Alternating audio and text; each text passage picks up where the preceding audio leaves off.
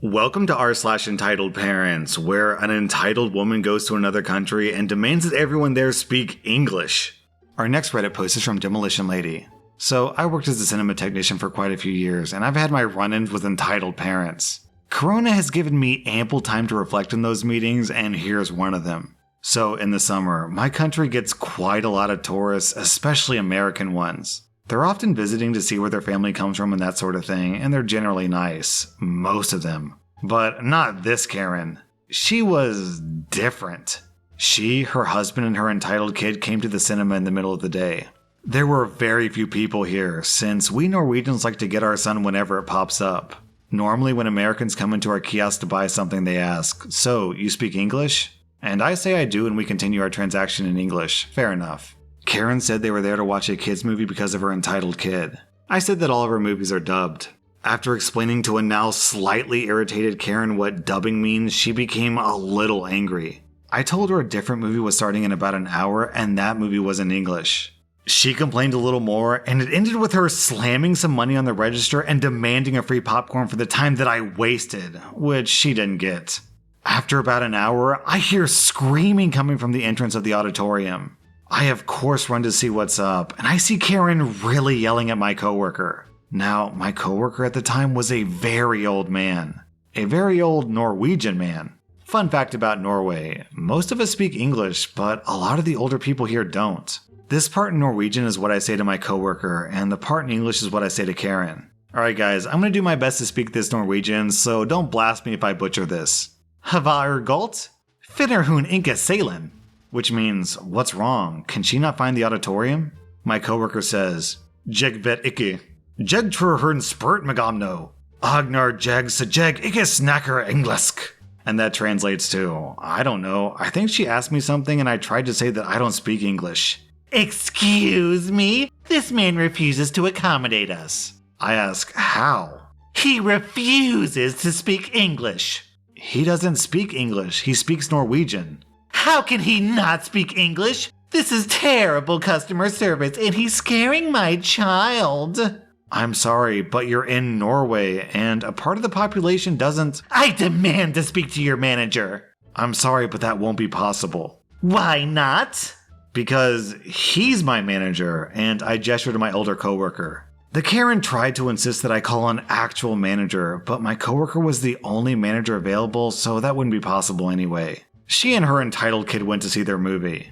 After the movie, they came to the kiosk and demanded a refund because the subtitles were in the way of the movie. And, of course, I didn't give them the refund. She was easily my weirdest and rudest American. I really feel like Americans are the best in the world at going to another country and getting angry at people there for not speaking English. Our next Reddit post is from Horny Barista. My mother and stepfather pawned a lot of our stuff when we were kids. I would come home most days to find that my gaming console or other belongings were just gone. There were never any apologies. My parents just told us that they needed the money. Eventually, my grandma bought my sister a new PlayStation since she pawned the ones that she had previously. My sister loves that console to death and to this day is a devoted gamer. So my sister made a habit of taking the console with her when she left the house. We were getting ready to spend the afternoon out last year when my mother stomps in, demanding that my sister give up the PS4. My sister tried to run past her, but my mother attacked her. She yanked my sister's hair and tried to dig into her backpack. The whole time she was screaming, "I'm your mother and everything that's under this roof belongs to me." When my sister made it outside, my mother screamed, "You are no longer welcome in this house." My sister hasn't returned since. She now lives with our grandmother and I. I'm her older sister. I had the sense to leave that hellhole 2 years before my sister did. She was 16 and I was 18 when this happened. OP, your parents sound like drug addicts, so I really hope they get the help they need. Our next Reddit post is from Himothy. Me, my mom, and my stepdad had just been shopping and we were driving back home and pulled into our estate. And as we were driving down our road, we saw a woman who we didn't recognize standing on the path, but we thought nothing of it. Our road is next to a school, so lots of people tend to stand around. We pulled into our parking spot and we began loading up our shopping bags to take to the house, which was down a pedestrian path and around a bend, out of view of the car. We walked down to the house and put our shopping bags on the counter. Then my dad stopped me. "I think I left a few bags in the trunk. Can you run and grab them?" I agreed and he threw me the car keys. I went outside, and as I walked towards the car, I saw that our trunk was open and someone was inside of it. My dad forgot to lock the car. It was the woman we saw before, rummaging around in our shopping bags, and her arms were full of biscuits, cakes, and packs of cobs. Excuse me, what the hell are you doing? I'm just getting my shopping bags out of my car. Why is that your business? This isn't your car. I have the keys. This is my dad's car. So what are you doing? I was waiting for my babies to finish school and we needed some food for the house. You left these here and walked away, so I'm taking them instead of you people wasting them. We aren't wasting them. If you need food, then go buy food. Don't take ours. But we hate shopping and this is so much easier. Can you please just give it to me? No, sorry. I then proceed to take the food from her, close the car, and lock it. The entire time I'm getting grief from her as she calls me all sorts of names and proceeds to storm off to presumably ruin someone else's day. This isn't so much an entitled parent as much as it is a common thief who got caught and tried to bully a child into getting away with it. But still, she belongs here because I recognize a Karen when I see one. Our next Reddit post is from Feeling Better Today. My husband and I have 2 children, both boys, now age 11 and 14. My husband's younger sister now has 3 kids, a 7-year-old girl, a 5-year-old boy, and a 3-year-old boy. The year my youngest son was turning 4, he asked for a birthday party. He wasn't yet in school, and so he didn't know anyone but family, and there were no kids other than his brother that were able to attend. Luckily, his favorite people in the world are Grandpa and Grandma, my dad's parents. Grandma is like a big kid. She's super fun and energetic. She acts like a kid herself, and my boys adore her. I knew they were very busy, so I asked them several months in advance if they could attend his birthday party. The party was to be on his actual birthday. This is important. Being the wonderful grandparents that they are, they agreed and requested that time off from their jobs. We also invited all close by family, including my sister-in-law, the entitled mother of the story. Months go by, and it's now about a week and a half before my son's big day. I've bought the decorations, planned the menu, and pumped him up. I like to sing the song Final Countdown as I prepare breakfast in the morning. One afternoon I receive a call from my sister-in-law who's about to find out the gender of her baby. She wants to plan a gender reveal party, but she's called her friends and family and discovered that most work and can't attend without several weeks' notice for their jobs. The only day that everyone just so happens to have off is my son's birthday. She wanted to know if I would be willing to move my son's birthday party to another day so that she can have her party. At this point, it may bear mentioning that she already has 3 baby showers planned and has asked me to make the food, out of pocket, for one of the showers. Most of the people being asked to attend her gender reveal party were already attending multiple baby showers for her. I'm pretty friendly and passive, and this caught me very off guard. I tried to gently tell her that my son was looking forward to this and that we'd planned it for months, which is why everyone had time off from work. She feigned sympathy, but still urged me to please move my son's birthday party to a time that everyone could later attend, and let her have this open date for a party for her first baby when you've already had 2. Besides, your youngest son loves babies and would want to go to her party too. He could still come to my party and see everyone he loves, and then get to do it all over again when everyone can request time off. I didn't have time to gather a response as she steamrolled over me. I said, okay, if they want to go, then I can't make them come to my son's party, but I can't go to your party. We have plans. And she just responded, thanks. I was angry. She had pulled this kind of thing with other people before, but she had always really loved my boys and never tried this with me. Or not to this extreme anyway.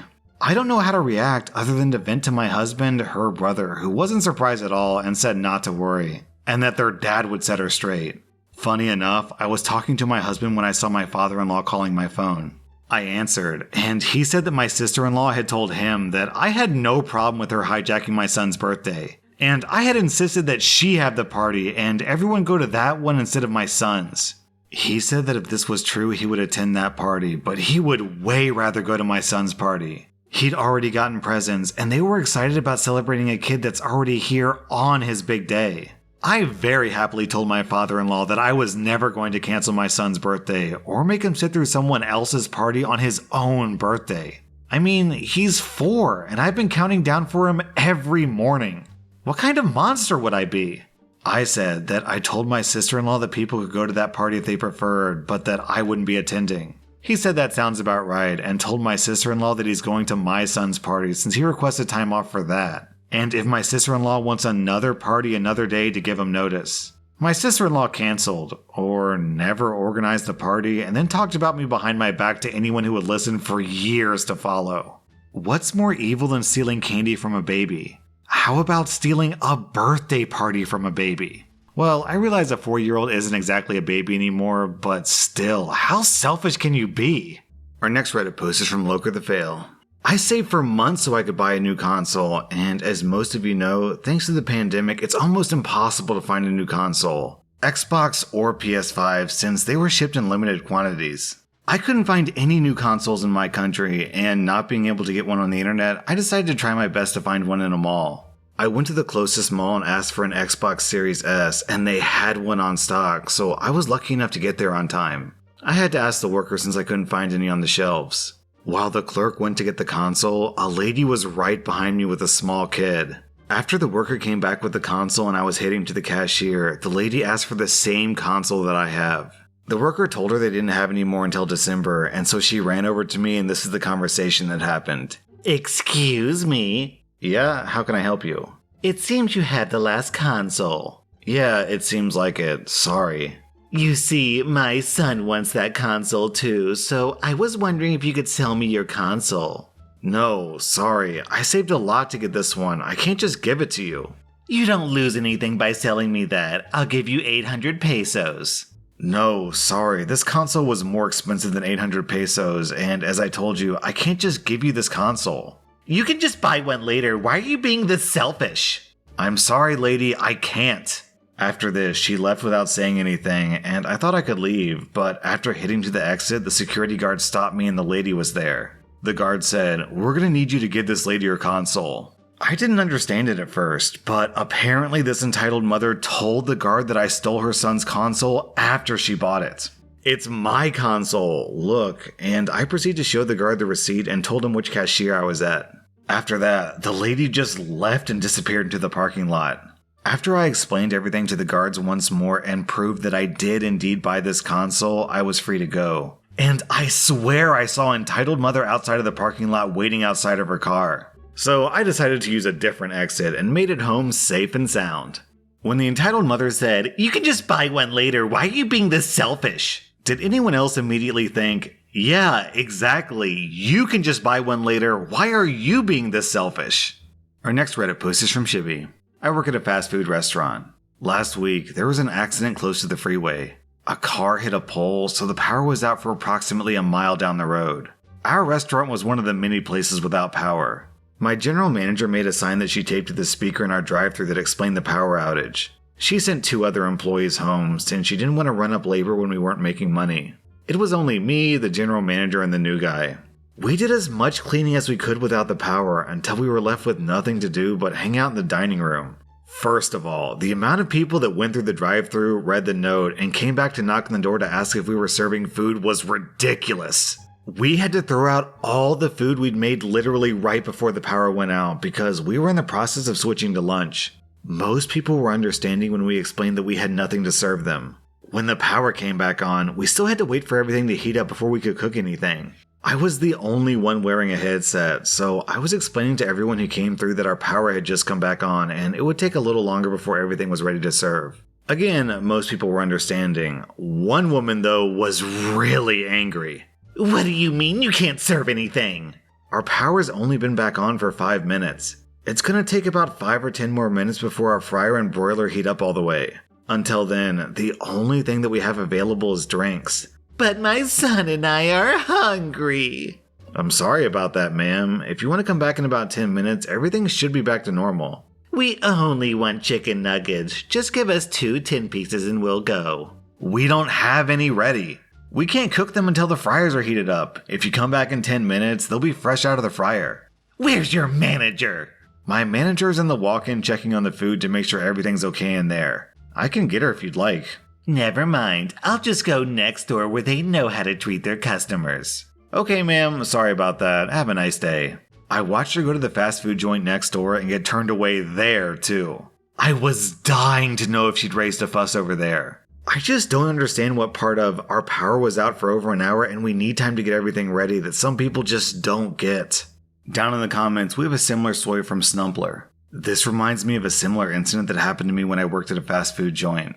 I live in Tornado Alley here in the States, and one day we got hit with a particularly bad thunderstorm with lots of rotation. As the manager on duty, I began informing customers that my staff and I were about to shelter in place in our restrooms and gave customers the option to join us or leave, as I was going to be locking the store. We couldn't hear our town's tornado sirens inside the store, so I grabbed a drive-thru headset to be able to listen to the outside to hear the sirens. Minutes after being informed by the National Weather Service that a tornado was on the ground and headed towards our location, someone pulled into our drive-thru and tried to order. When I informed them about the fact that we were shut down with a tornado en route, they proceeded to scream at me about not being able to get their precious coffee blended beverage.